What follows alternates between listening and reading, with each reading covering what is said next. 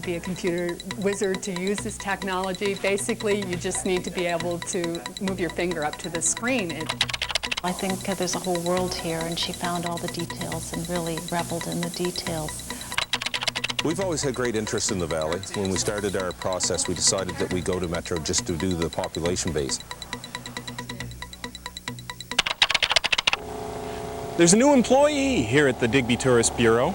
He's very smart, he's very connected, and his name is Vic. Vic is a wonderful support tool for the visitor information centers. It was developed to not only help retain visitors in our Western Valley, but also a support tool for tourism operators to get their message out, to let people have instant access to the tourism services that we have in the area. VIC stands for Visitor Information Kiosk.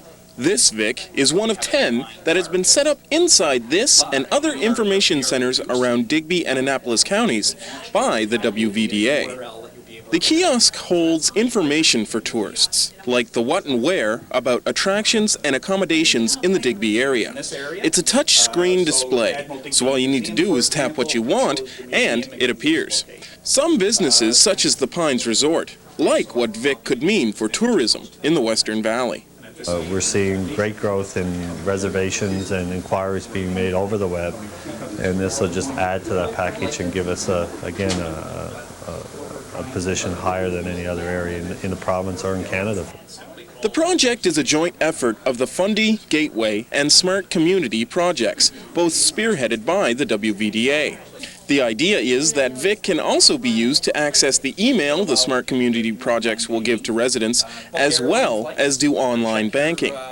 The company that made the terminal, Concentrix, is very confident their product will pay for itself. Local organizations will be able to advertise on the kiosk. So when they advertise, that pays for the free email and the access to it. So in fact, from an advertising point of view, you want to get as many eyeballs on the VIC or on the kiosk as possible. Anyone wishing to use VIC is free to. The terminal was designed for public access. If you're not too sure how, don't worry. There'll be a support worker there all summer to help. At the Digby Tourist Bureau, Mark Blinkhorn, Shaw TV News.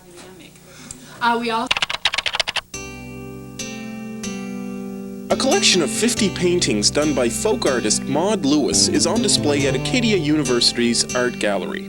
The collection has pieces spanning the lifetime of this Nova Scotian artist. Well, I think there's a whole world here, and she found all the details and really reveled in the details. She paints a variety from the various seasons to the fishing communities and the agricultural aspects of Nova Scotia. So in that way, I think she did cover a lot.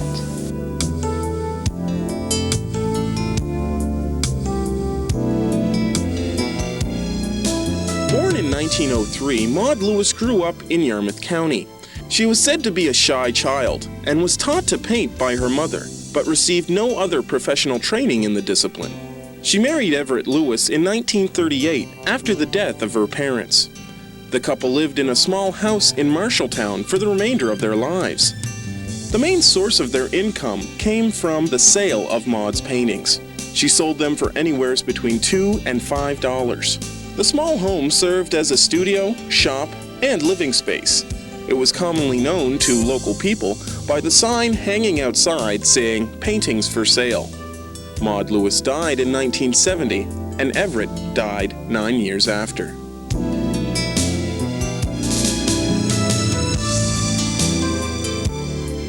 She never really went further than about 100 kilometers, a radius of about 100 kilometers from her home. The Lewis home has been preserved by the Art Gallery of Nova Scotia and is a main part of its Maud Lewis exhibit. The exhibit at Acadia will be up until September 23rd. At Acadia's Art Gallery, Mark Blinkhorn reporting.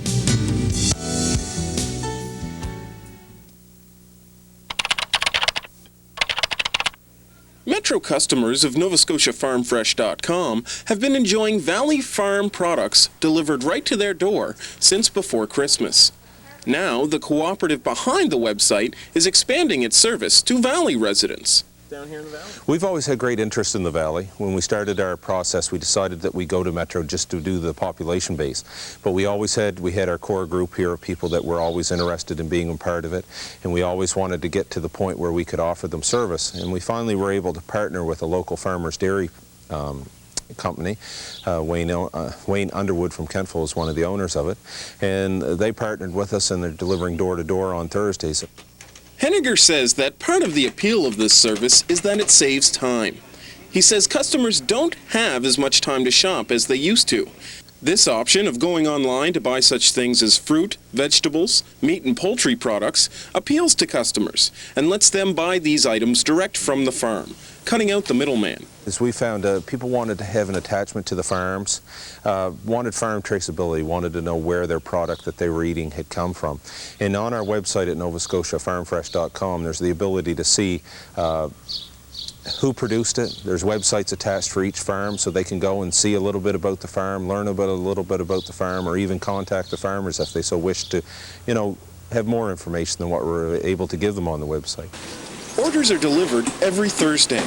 The deliveries have an extra cost of $5, but according to Henniger, $5 is pocket change to most. This type of e-commerce is an expanding industry. Henniger thinks that using the internet for this kind of business is a smart move. I think e-commerce has been strong, and a lot of people have found that it's a struggle, but the interest is out there, and people seem to, the dedicated ones that are shopping with us regularly really do enjoy it. They find it a great convenience to be able to be delivered to home, a great convenience to have that farmer-consumer association.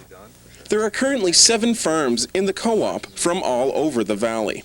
At Blomidon Farms, Mark Blinkhorn reporting. The lobster fishery has a long and storied tradition here, but if new regulations come to pass, one fisherman says he'll be forced out of business. Anybody that hasn't got the money or the availability to build 25,000 pound holding capacity is not going to be in this business in the future. Wayne Eddy says proposed lobster buying regulations will close his family-owned business. The government wants to increase holding capacity to 12,000 kilograms, 4 times more than Eddy has space for. The proposed changes wouldn't automatically shut Eddy down, but lobster buying licenses are non-transferable, so the business couldn't be sold or given away. I do have a son. I do have a grandson that's only 10 years old right now, and there's no future in this for them if I can't turn it over to them. Some fear the regulations will lead to a monopoly. With fewer buyers, fishermen would have less pricing leverage. The NDP alleges the changes are being dictated by influences outside of government. There are large companies within this area that already have a controlling influence, not only on government policy, but within the industry itself. And I believe that they're probably the ones behind this, although it's very difficult to prove that. Agriculture and Fisheries Minister Ernie Fage was unavailable for comment. The department says the proposed amendments will actually boost coastal employment and ensure the quality of stocks. Public consultation on the matter will conclude at the end of the month. The government will then meet to decide what changes, if any, to make. In Eastern Passage, Corey Baird, Shaw TV News. If you plan on heading to the beach, be sure to leave all your valuables at home. A rash of thefts from parked vehicles at beaches such as Rainbow Haven and Cole Harbour, Lawrencetown, and Conrad's Beach have prompted the RCMP to send out a warning. They are urging the public not to leave valuables in their vehicles, particularly if you're at the beach. These areas are being targeted because thieves know the vehicles will be left unattended for long periods of time. They use what they call a slim bar, and it just slides down in, pops your lock. They open your car door and steal whatever contents they can. RCMP say this has been a problem for the past couple of years and that it's just starting to pick up again. In some cases, the person didn't know they had something stolen. Thieves would break in, take a credit card from a wallet or purse, close it back up, and then lock the door behind them. The victim would find out a few days later when they discovered their card was maxed out. RCMP say that not all the cases are related, but there's no doubt that some are. If a break-in is successful the first time, odds are they'll try again and will continue to do so unless they're caught. The best advice I could give is don't leave any valuables in your vehicle, and that includes your trunk. A lot of the new cars have the trunk releases right in the car, And if there is something in your trunk, they can just pry your trunk open with a crowbar or something. In Cole Harbour, Serena Adams reporting. By November, many of these protesters will be jobless. They say that workers are the real victims of a scaled-back mental health sector.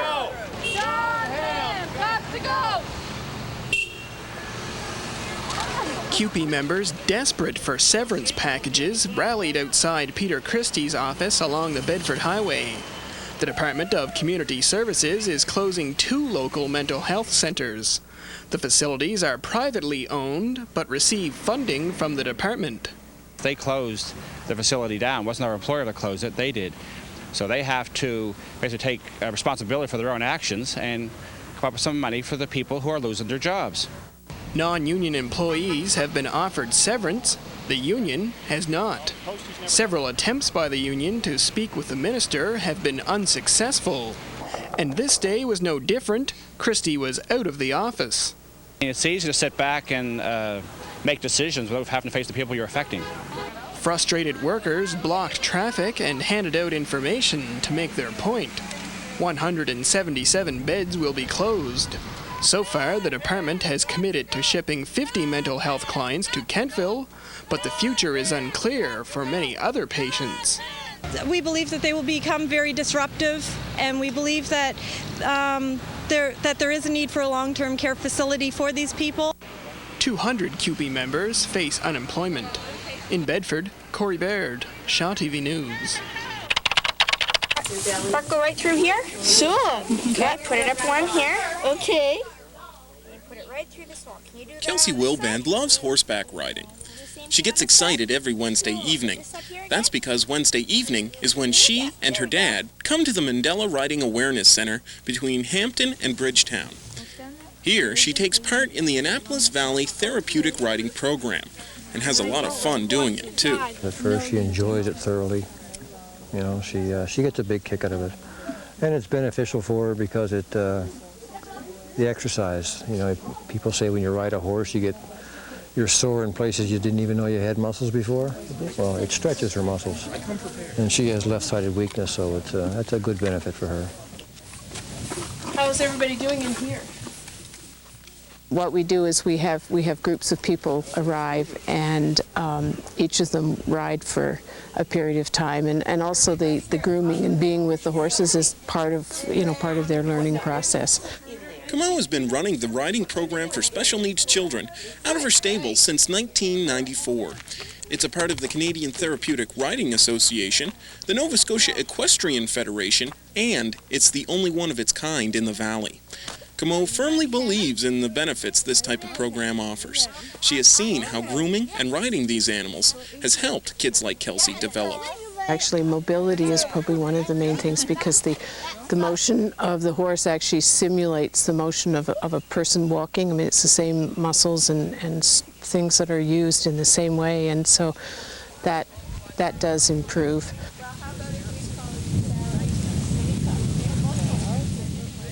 The program offers self-esteem to the kids too. The evening provides a chance for the kids to socialize with others their age, as well as some four-legged friends. There are currently 7 regulars participating in the program. Jennifer Milligan is one of them. She has been riding for 7 years. She and her friend Liza here go way back. I have something for black horses because Velvet is black and Joffrey is black, so that's why I like Liza. She's my favorite. She's bigger and I can fit on her better. The program is run on a volunteer basis. Without volunteers, kids can't ride. Without a larger volunteer base, it can't expand either. Camo says that it would be a shame not to be able to offer this program to more children.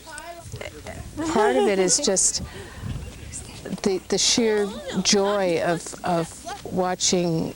You'll see one young fellow tonight riding, and as soon as he gets on the horse, he starts to smile, and he rarely stops smiling the whole time that he's on the horse, and that just kind of moves your heart. So Ma, any lessons? Yeah. What's your favorite game that you play in the ring? Well, Okay, let's go. We gotta passing the stools to get on board. So for all the other horses to get on the horses, I pass the stool. That's my job. This year's program will run till the end of June and then start up again in August. If you'd like to get involved or would like to find out how to enter a participant, give the Mandela Center a call at 1-902-665-2101. At the Mandela Riding Center, Mark Blinkhorn reporting. Thank you for watching Shaw TV News. If you see news happening or would like to comment on the show, contact us in New Minas at 681-2534 or in Digby at 245-1996 or email us at mark.blinkhorn@shaw.ca.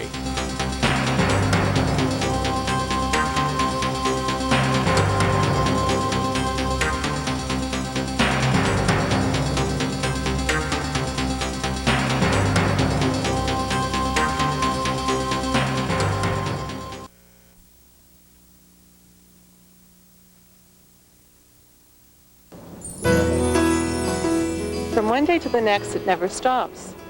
Take care of the kids, go to work, run here, run there. I never have time for me.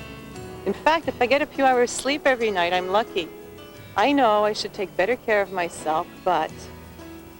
Taking care of yourself after age 50 is not as easy as you might think. With women living a third of their lives after menopause, well into their 80s, it's important that they set up a program for healthy living. That program should consist of eating properly, exercising regularly, and managing stress levels well. With this recipe, I believe women can have a very healthy and happy last third of their lives. Keep your bones strong. Make sure you're taking enough calcium and vitamin D. Reduce your intake of saturated fat and sugar and eat more fiber. As we get older, it's easier to put on weight, and obesity is a risk factor for breast cancer, endometrial cancer, and heart disease. Keep active. Take the stairs, walk, dance, move your body. Exercising just 3 times a week for 30 minutes can do wonders for your heart, your bones, and your muscles, not to mention your figure. If you smoke, quitting is one of the most important things you can do. Stop now. You'll be glad you did. The more fit I am and feel, the more I want to take on. I'm 42 years old and I feel great. For more information about perimenopause and related health issues, speak to your gynecologist or your family doctor or visit our website, sogc.org. This is a public service announcement from the Society of Obstetricians and Gynecologists of Canada.